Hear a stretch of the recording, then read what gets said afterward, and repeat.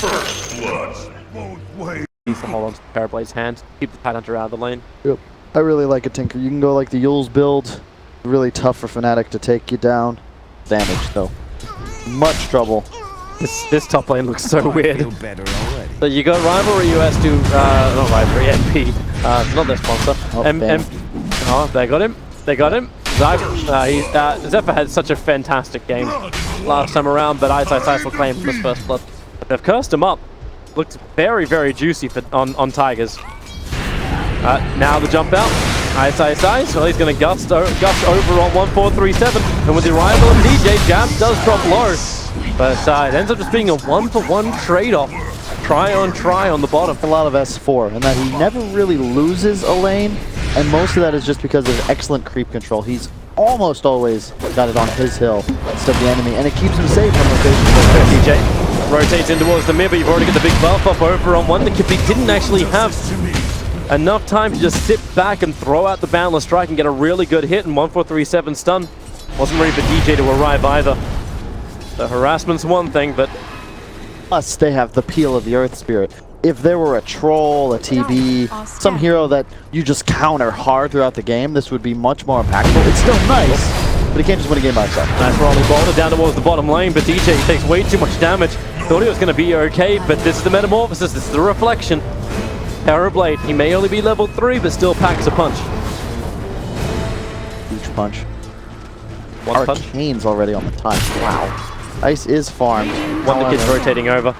He may be looking for that 5-minute bounty rune, not to mention he'd be looking for the 5-minute grind if they were going to go for that kick. Oh, he'll get the bounty, but does he get out this one? Slapped down, trying to get close towards Jabs, but he's having trouble. Space created. 1437 able to connect on the stun, but it won't help. Jabs still gets the +2 on the Monkey King. That is one of the, very deep. That's one of the reasons you don't want to rotate as a mid player. It's really not that at night. They will see the day. Yep. I'm even going to TP over the Arc Warden, so yeah, came in with the clone, but it's still enough damage to ensure you can get to the very end, and they do actually get the Reaper Scythe off. 30 seconds on the side. That's exactly where that Dire Observer Ward is. And they're bringing 3 heroes bottom, but this is a Ravage Tidehunter, folks. This might not be your play. That's why they're just jumping over the top of him, trying to avoid it, but there's double TPs on the way. It's the clone of Arbet, but it won't stop Wonder Kid from one getting the slap down, but then he goes in for the Wukong. This may not be enough to survive, not unless the Light Strike Array creates more space. He almost kills DJ. American logic. It's an expression. There's a lot of idioms in American culture, all right? That's how we learn to communicate. I didn't get a lot of lessons in horseshoes and hand grenades back in Australia, sorry. Well, we don't... if there's one thing I hope to see before I die, it's the metric system adopted by every country in the world. I think I'll be disappointed. Yes, Fahrenheit uses. Monkey King's bouncing up towards the top, looking to try and contest up that 10-minute rune. One more hit onto Jabs. He's got the big slap down. He can just get one more hit. He knows it, but Jabs through the trees. One more hit. Wonder Kid can reach it, but support for Core again. How many times? Same with the Baden, really. You turn a hero that does apply a lot of pressure into finally you can actually apply tower damage as well. Silence is in trouble. Jump forward, Jab just walks right into the reservoir, and there's little to nothing he can do about it. No teammates in the jungle, and that's exactly where he's backing off to. Just as Metamorphosis will wear off, they put down the Observer Ward and just watches his area. Perfect roll in, gets the silence in, there's no Sunder, and that's 48 seconds worth of death. The trees as he attacks the bottom tier 2 tower. There will be a semi-trade-off, but the push is nowhere near as strong for Tigers. They bring Monkey King up here, and then they look for even more battles, and that's the Bane. Kind of in no man's land, trying to use the Nightmare to dodge the Spark Rays that were flying his way. And now Tide begins his TP forward. The Monkey King silenced up, can't jump away, can't even get the Boundless Strike to connect. And wave as it comes his way. And if anything, it actually kind of makes a triple stack wave. But it also isolates the Axe. He wants to try and survive, able to get the bonus movement speed thanks to the Battle Hunger that's down, but he's surrounded by everybody, and with the Reaper's Scythe, oh man, 75 had to go down. It looks like a watermelon, but I don't recognize what a watermelon is. You ever try to punch a watermelon and break it? It's real difficult. I have not. I'm not a violent man. Spark Wraith to kill 1437 in mid. No way he can escape that. DJ made sure there was pretty heavy commitment into overwhelming team fight. I suppose at this point there's been no real pressure to even like make Ice worry that he's fire pipe or any kind of sustain for his team. They have that in droves through the Necro too, and will Spark Race do the job? Yep, welcome to Bane vs. Arcward. Your always something to take the Nightmare off, always freedom. Wonder Kid's thinking about initiating in on the bottom lane, but when you see the mass TPs arrive, he does not want to jump this. In fact, he's going to throw the Boundless Strike onto MP, as well as Jabs, trying to create a little bit more space. But with the Global Silence out, they find a target. It's the Terrorblade over in the trees. The Ravage won't hit him, but the Reaper's Sight will. just so easy for Fnatic. They have such a... I think we've won. Yep. I love the way they itemized. Both Tide and Necro going for second item blinks after that early build-up. Yules on Necro, Tide going with the HOD. So they have easy follow-up for their non-blink required initiator, DJ. Mid lane 1437. Easily picked off. It just started with... They're really putting out on the map when creep waves are just heading towards their towers at all times. Look mid. Yep. Look at Lina. Oh, no. It's even more. Like, they know there's no one behind Lina because at some point, that Observer Ward got disabled by the Ravage. They need Moon as well to have the same thing, and that's what Moon's farming into. And this may be the other primary reason why Tigers are just trying to delay this game as much as they possibly can. What have I talked about over and over and over? The top tier teams on Dire, this is the area of the map they play. Top Radiant Shrine. You will collect a free kill every minute or two from the supports who are desperately just trying to establish vision. Oh, and it jump up, jump down, perfect. With the drag back of the rock, the trees just get destroyed. Jabs is here to ensure the kill, and Monkey King overstayed his welcome. They obviously had already used Reaper's top. Or bottom. You choose. Oh, they're gonna find the Lina. So Jabs silences him up. The Line Striker Ray will be able to connect him by a little bit of space, but the Reaper's side is going to do its work. 2 minutes? No buyback. And is very iffy about this. Remember, he's the Aegis carrier, but they're wrapping all the way around the back. But Necro still up the hill. They get away. The Ravage. He'll blow out. He'll catch him as well. The jump in. The secondary Ravage. Terrorblade stood no chance. Monkey King at least got the BKB off, but now he's just on the run. The BKB's going to do everything. And eyesight body blocks him, shoves a melon in his face. And they'll get 3 heroes out of this. 3 heroes without buyback. What a the Lina is still fight. dead from the previous Reaper's side. And this will be a mid lane of Rax. That was just textbook. I mean, the one knockback on Fnatic could be their lack of a captain, but obviously they have no issues playing as a squad. The whole team, very high skill, very experienced. They draw back once again to that mythical high ground that Dire loves to play on the Radiant side of the map. Ice says, hey, a TP, I'll ravage him. They saw the Monkey King tried to cast ult, silence top his BKB. He's worthless, the TP's dead. What now, folks? Yep. Really, what now? No Metamorphosis available. You got a BKB, but we're gonna walk in point blank range. The only downside for Fnatic at the moment is the fact that Arbet is out of mana, and this is what will force their retreat. But you know the next fight's on the way. It's just these really aggressive Observer Wards for a position of Tigers, which is not aggressive at all. And Reaper's side, goodbye.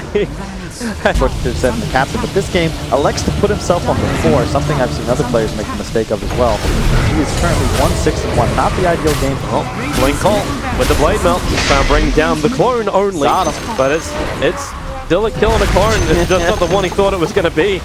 He burned BKB for this, which now means that double Ravage of Ice should hit the axe both times. Yep. And that means Terrorblade is the only other one we have to watch as far as initiation goes. They know Lina won't have gold for buyback because they saw the Ags purchased. They can play very aggressive here. There's no real need. I mean, at any point, Ice can just be like, all right, guys, I'm done. The double 4-star pushing Arbet's clone into the back lines. He's still got the mana style on it too. Such heavy damage. Moon has to call once again. And he's losing so much life. A blink into Ravage and Moon is dead. And in fact, MP just, the Nightmare, it saves him. No, it doesn't. Jabs was still in range. Ravage number 1, Ravage number 2, and GG well played comes out while they're still up in the air. Fnatic, it is a very well-deserved win here in Game 1. Yep, this is one of my picks for top 4 at this tournament almost for sure. They've done nothing to demonstrate that they should.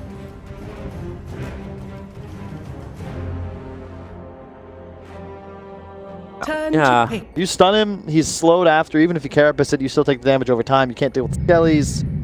Wow, they didn't even use the extra time. They had almost 2 minutes, even got Germinator tag, and Moon tried to time the spike carapace. Just burns a little bit of mana, but burns the cooldown more than anything else.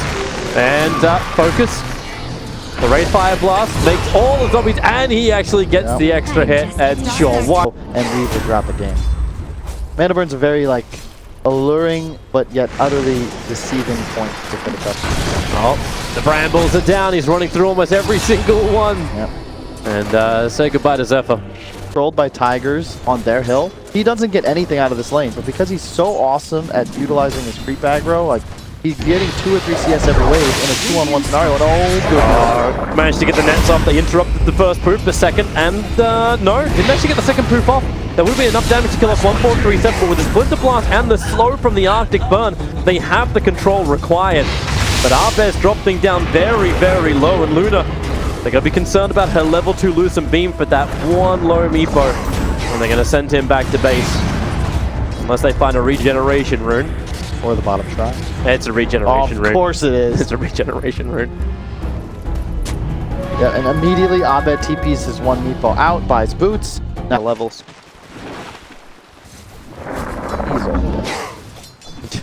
Taking the poof.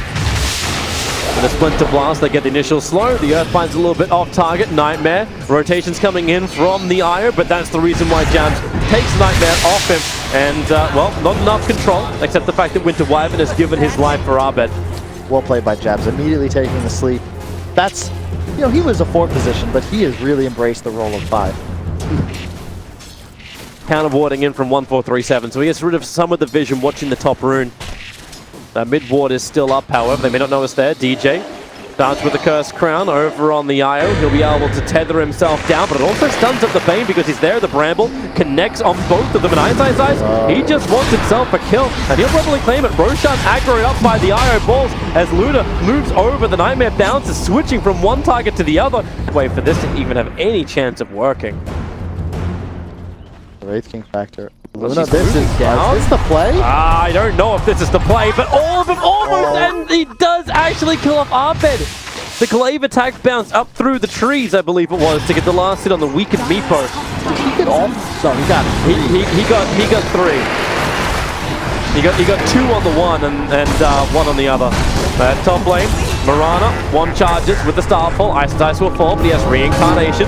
So back to the world of the living, and they look just to turn into the 2 supports. Io has some level of regeneration, but now when Jabs arrives, they get the secondary slow over towards the Io. Not to mention, you had the extra connection, the Splinter Blast. While this was happening, Moon got himself assault. And you have absolutely no game, and my biggest concern with the Wisp is when your other support has no method of push. You have no wave clear on either support now. They fortify up on top. Great Beans Grip 1-4-3-7 wrapped around the back end. They just won the last hit in the tower, but, well, it will actually be the last hit in the tower coming in through the front. No one's denied by Mirana. Take it all back. Meanwhile, Bane isolated underneath the Harpy, whose accent can still be questioned. 9 HP. Io, that's what Io does. Stays alive this way. DJ then brought down once the King gets a double kill on the Mirana. Reincarnate Wraith King can survive just through sheer tank ability. Meepo with the shuffling, and then Weaver can time lapse. The curse is out on Io. Mirana currently killing his support. They got the Curse Crowns roll for the double stuns, and then once he gets hit up by Roshan, but DJ. But Meepo in the jungle. Yeah, we found him. Meepo in the jungle is in trouble. Wow. Those 4 Wraith bands, seeing Tigers letting up, they want to attack in towards the mid, even without the Vendetta.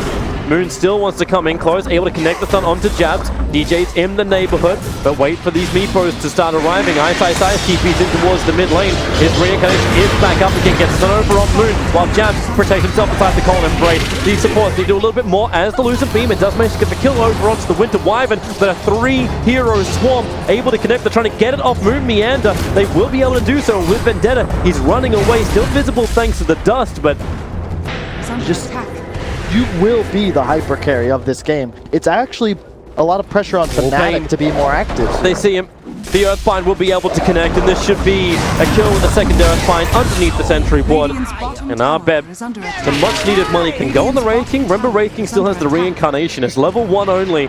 Arrow, that took a long time to throw out, and it really feels like Tigers don't know if they want to commit inside. They look towards the back line where Jabs throws the curse over on Moon. He was in very, very deep mid. But Fnatic have gone for their own smoke and they want to kill the Luna. She starts to TP, terrorize fly spawn, it cancels it, sending the IO back as well. A perfect bramble, then the follow-up curse crown. That's actually going to time out, mainly because he's already dead. Sentry ward gets placed, they saw Moon for half a second, but half a second's long enough. And the army of the skeletons are on their way. Ice tanks the arrow. But it's fine, they've already got Roshan. Fane can't do anything about this. He comes in close to Nightmare's one, but then the Bramble flies out. 1437 able to tiptoe around it. And they find a better target. It's actually the Mirana. Cursed up, so much damage onto Wonderkid. He'll still get a kill off the Winter Wyvern. Colin Brace won't do anything, but the return kill is onto Moon. Bottom lane, the defense. Curse is available for Jabs. He's going to go into the Arctic Burn, flying over the trees as far as he possibly can. He gets hit by one of the IO balls. Is anyone else going to come down here to really stop it? Not really. Fnatic are taking the tier 2 tower up on top lane, so this is the trade-off that Tigers are having to accept. More spirits come out, so they see Jabs. Your cold embrace, the arrow, it falls short. It doesn't even get the stun out. So Jabs lands the curse over on the Bane, wants Eye to finish him off, and because Mirana left him, he may even find the kill. 1437 so low. But he does the Immortal. Even if they get that kill, it may not be enough, and this smoked up Fnatic may be able to give a little bit of a rebuttal. Moon, he's found Arbet. He'll get the double stun out. The rest of Fnatic have to move quickly. The TP coming over. Now the fortification kicks in. But up on top lane, Ayu is so low, and they're actually going to TP over. If they can get this kill onto Luna, Moonlight Shadow will provide some level of protection. Ayu jumps over with the curse. Actually, it's the E-play pop. He saved him from the curse, and then the Moon, he saved him from nothing.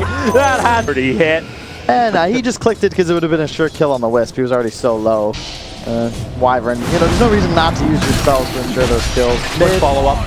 That's a Bane. His life's a living hell. Yeah. You could say down this Meepo, and they still have managed to stop him from escalating. And this was our bigger concern when we saw the draft. Now, smoke break, Jab, he's got the Winter's Curse. Who's to go over on? As the Terrorize makes it impossible for Eye to escape. The Splinter Blast just shatters him out. The Jab is still there. He gets the curse off. Both supports be deleted at the start of this fight, and the secondary one, because Luna had to stand her ground and fight it. She had no choice. She was cursed.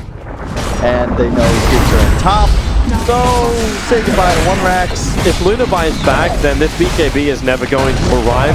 It already feels like the game, but here comes the buyback. They need to find a kill. The arrow will connect over one of the Meepo, the Bramble, trying to cause some problems. And the Lucifer Bean, Arbet protects himself, and the Cold Embrace. They haven't found the damage. They can't kill Arbet. You're having dieback coming in, and GG. It gets called 23 minutes in. And 1437 from Tiger says, you know what, enough is enough. We missed the window, Fnatic hit the window. They made the best of what I'd say their one